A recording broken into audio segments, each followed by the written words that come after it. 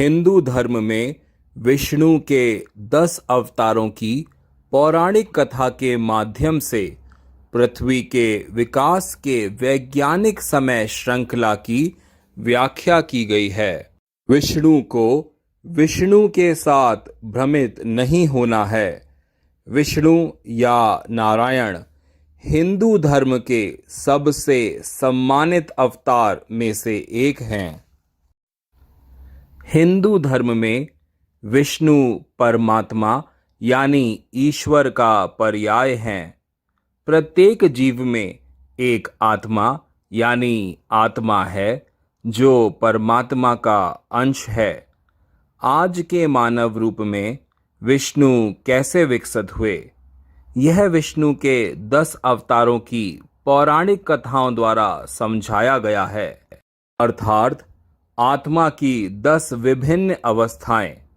विष्णु के 10 अवतार हैं मत्स्य यानी मछली, कूर्म यानी कछुआ, बरहा यानी सुअर, नरसिंह यानी आधा आदमी आधा जानवर, बामन यानी बौना।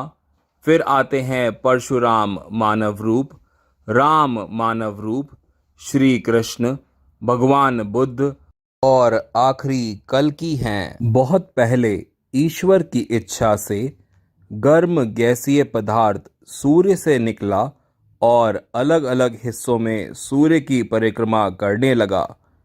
हांडा होने से वह अलग अलग ग्रहों में बदल गई। ऐसा ही एक ग्रह पृथ्वी बन गया। प्रारंभिक अवस्था में पृथ्वी आग से भरी हुई थी और ठंडा होने पर पानी में बदल गई। पृथ्वी पर आने वाला पहला पशु जीवन मछली यानी मत्स्य था। पृथ्वी के विकास की पैलियोजोइक सिल्यूरियन देवोनियन समय अवधि को पृथ्वी के विकास की मछली अवधि के रूप में जाना जाता है। उस समय के दौरान वेद ने प्रजनन की कला को उपयोग में लाया। मछली विष्णु का प्रथम पशु अवतार थी। पृथ्वी के विकास की अगली अवधि पैलियोजोइक युग का कार्बोनिफेरस युग था, यानी वह समय जब जीवन उभयचर था। यहाँ जानवरों ने हवा से सीधे ऑक्सीजन लेकर जीना सीखा। विष्णु का दूसरा अवतार कछुए के रूप में था, यानी एक ऐसा जानवर जो पानी और जमीन दोनों में रह सकता है। विष्णु का तीसरा अवतार वराह यानी बरहा के रूप में था। यह जानवर का चरित्र है कि यह जमीन पर रहता है, लेकिन यह स्लैश और कीचड़ में सहज महसूस करता है। इसने पृथ्वी पर जन्म देना सीखा और वह एक स्तनपायी था। यह पृथ्वी की विकास प्रक्रिया की तृतीय अवधि में इयोसीन पैलियोसीन युग है। विष्णु के चौथे अवतार नरसिंह थे, यानी आधा मनुष्य और आधा पशु। उदाहरण के लिए चिंपैंजी, ओरंगुटान, गोरिल्ला आदि मानव और आंशिक पशु हैं। पौराणिक कथाओं के अनुसार नरसिंह ने अपने दांतों और नाखूनों के माध्यम से पापी हिरण्यकश्यप को परास्त किया था। विकास में मानव उपभोग के लिए भोजन कीड़ों द्वारा लगातार नष्ट किया गया था। मनुष्य जंगल में रह रहे थे और उनका मुख्य भोजन केला था। एक प्रकार के कीट द्वारा केले के बागानों को नष्ट किया गया था। यहाँ आधे आदमी और आधे जानवर नरसिंह ने अपने दांतों और नाखूनों के इस्तेमाल से केले के बागानों को कीड़ों से बचाने की तकनीक विकसित की और मानव उपभोग के लिए भोजन को बचाया। आज तक ये केले के कीड़े ओरंगुटान बेबून आदि के दुश्मन हैं। इस प्रकार केले ने हिंदू धार्मिक कार्यों में एक विशेष स्थान लिया, क्योंकि यह हमेशा मानव अस्तित्व के लिए बहुत महत्वपूर्ण भोजन बना रहा। यह पृथ्वी के विकास के सेनोज़ोइक युग का ओलिगोसीन मियोसीन युग था। विष्णु के 5वें अवतार को वामन यानी बौना होमोगन के नाम से जाना जाता था। यह नियोजीन काल और विकास के मियोसीन विभाजन में है।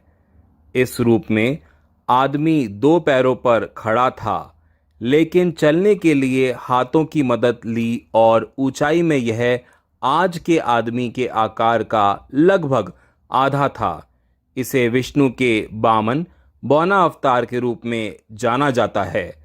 विष्णु का 6वां अवतार मानव का पूर्ण रूप यानी परशुराम था। उसने बचने के लिए कुल्हाड़ी का सहारा लिया। वह केवल शारीरिक शक्ति पर ही नहीं बल्कि जीवित रहने के लिए बौद्धिक रूप से तैयार किए गए साधनों से जीवित था। उन्होंने कृषि के लिए जंगलों की सफाई में कुल्हाड़ियों का उपयोग सीखा। उन्होंने आग का उपयोग भी सीखा। इसलिए पौराणिक कथाओं में उन्हें अग्निहोत्री भी कहा गया है, यानी उन्होंने अग्नि के उपयोग को नियंत्रित करना सीखा।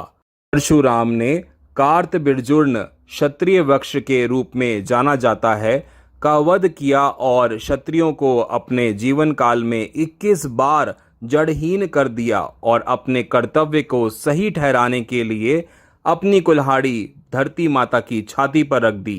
कार्तविर्जुर्न 1000 शाखाओं वाला एक दृढ़ लकड़ी का विशाल वृक्ष है। परशुराम ने कुल्हाड़ी की खोज की और कुल्हाड़ी का इस्तेमाल बार बार कार्तविर्जुर्न के पेड़ों के जंगल को साफ करने के लिए किया। उन्होंने जंगल को साफ करने और भूमि को कृषि के लिए उपयुक्त बनाने के लिए कुल्हाड़ी का उपयोग करने की तकनीक विकसित की। आपने समय से मानव अस्तित्व ने कृषि आधारित मानव सभ्यता को देखा और परशुराम अपने नए हथियार यानी अपनी कुल्हाड़ी के उपयोग से अजेय हो गए। कृषि क्रांति के अग्रदूत के रूप में परशुराम को विष्णु के 6ठे अवतार के रूप में सम्मानित किया गया था। परशुराम पृथ्वी के विकास के चतुर्धातुक काल के प्लीस्टोसीन युग में थे, यानी वह समय जब पुरुषों को केवल कृषि के आदिम तरीके ज्ञात थे।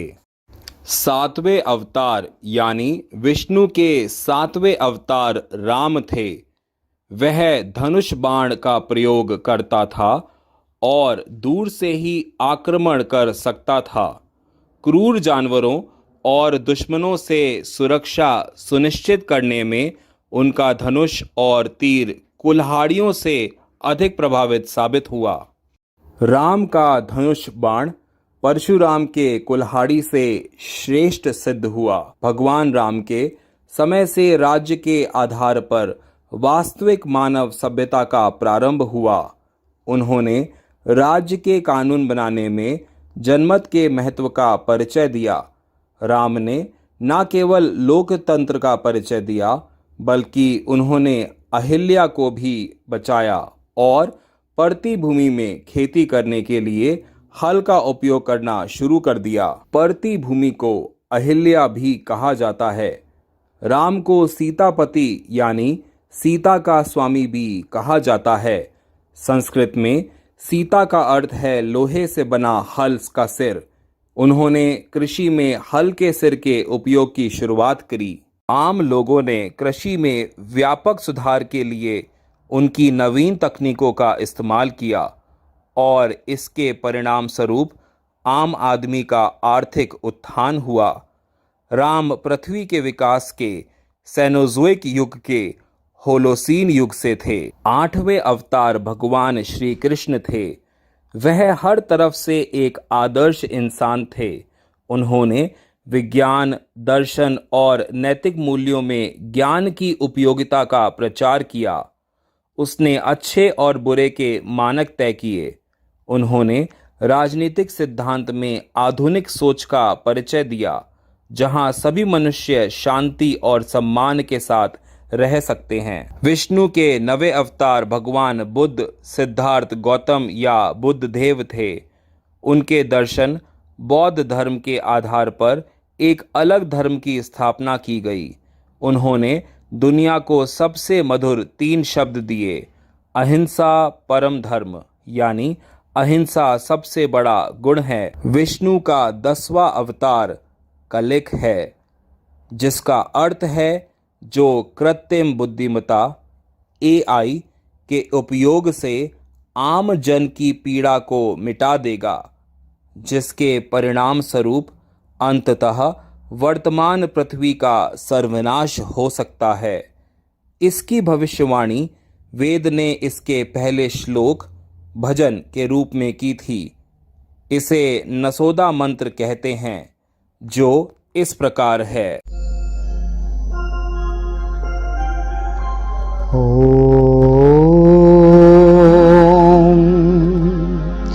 नाशदाशिन्य सदाशीत तदानीं नाशिद्रजो नभ्योमापरो यत् किमावरीव कुहकस्य सर्वणं ह्य किमाशिदगहनं गभीरं न मृत्युराशीद मृत्युं न तर्हि न रात्रया अन्य आशीत प्रकेतः आनीदवतां स्वध्वया त्वदेकं तस्माद्ध्यान्यः परः किं चणाशः तमः अशीत तमसागुदमग्रे अप्रकेतं शलीलं स्वर्वमामीदं तच्छूयेनाभ्यपिहितं यदाशित तपश्चम वह्निना जायतैकम्। ओम। यह कहता है, ना तो अस्तित्व और ना ही अस्तित्व प्रकट हुआ था। सृष्टि से पहले और प्रलय के दौरान ना तो धूल थी, ना पृथ्वी, ना ही महान आकाश या उससे परे और कुछ भी। सृष्टि से पहले सत नहीं था, असत भी नहीं, अंतरिक्ष भी नहीं, आकाश भी नहीं था। छिपा था क्या? कहाँ किसने ढका था? और उस पल तो अगम अतल जल भी कहाँ था? सृष्टि का कौन है करता? करता है या है विकर्ता? ऊंचे आकाश में रहता, सदा अध्यक्ष बना रहता, वही सचमुच में जानता या नहीं भी जानता है, किसी को नहीं पता। तब ना मृत्यु थी, ना अमरता, ना रात या दिन का कोई चिन्ह था। फिर अंधेरा था, अन्यथा अज्ञान कहा जाता था। अविदा माया चारों ओर से अपरिचित के गहरे अंधेरे में लिपटी हुई थी। उस समय ब्रह्मांड का बीज अंकुरित होना बाकी था। वास्तविकता अज्ञान से ढकी हुई थी, सार से रहित, और अज्ञान के बढ़ते हुए गौरव से प्रथमाजा या हिरण्यगर्भ नामक एक व्यक्ति का उदय हुआ, जिसे हिंदू ईश्वर कहते हैं।